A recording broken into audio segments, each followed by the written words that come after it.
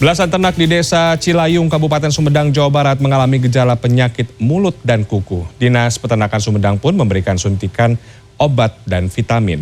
Dengan menggunakan alat pelindung diri, petugas Dinas Peternakan dan Perikanan Sumedang memeriksa sejumlah ternak di peternakan di Desa Cilayung, Kecamatan Jatinangor, Rabu siang. 11 ternak menderita sakit dan 2 diantaranya dinyatakan positif penyakit mulut dan kuku.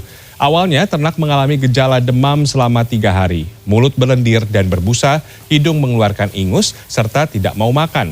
Ternak yang terjangkit gejala serupa diisolasi agar tidak menyebar ke ternak yang lain.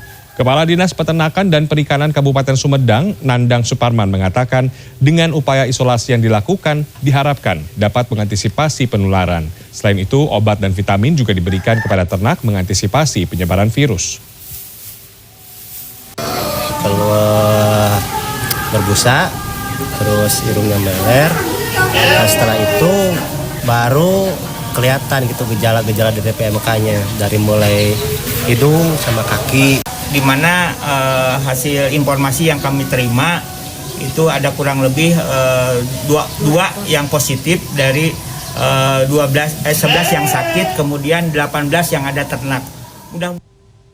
Yang merebaknya wabah penyakit mulut dan kuku membuat sejumlah warga mengaku mulai khawatir menyantap daging sapi maupun kambing. Namun Menteri Pertanian Syahrul Yassin Limpo telah menyatakan bahwa penyakit ini tidak akan menjangkiti manusia. Lantas seperti apa cara aman mengolah daging di tengah merebaknya wabah PMK ini? Kita simak informasinya.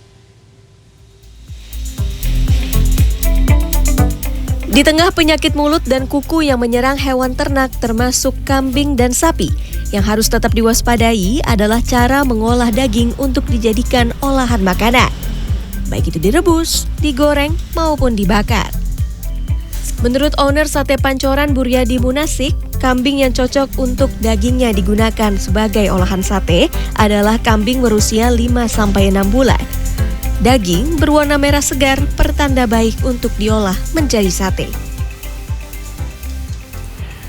Kambing itu belum bau, baunya tidak bau ini. Karena dari kambing yang baik itu sangat terpengaruh juga cara memotong kambing.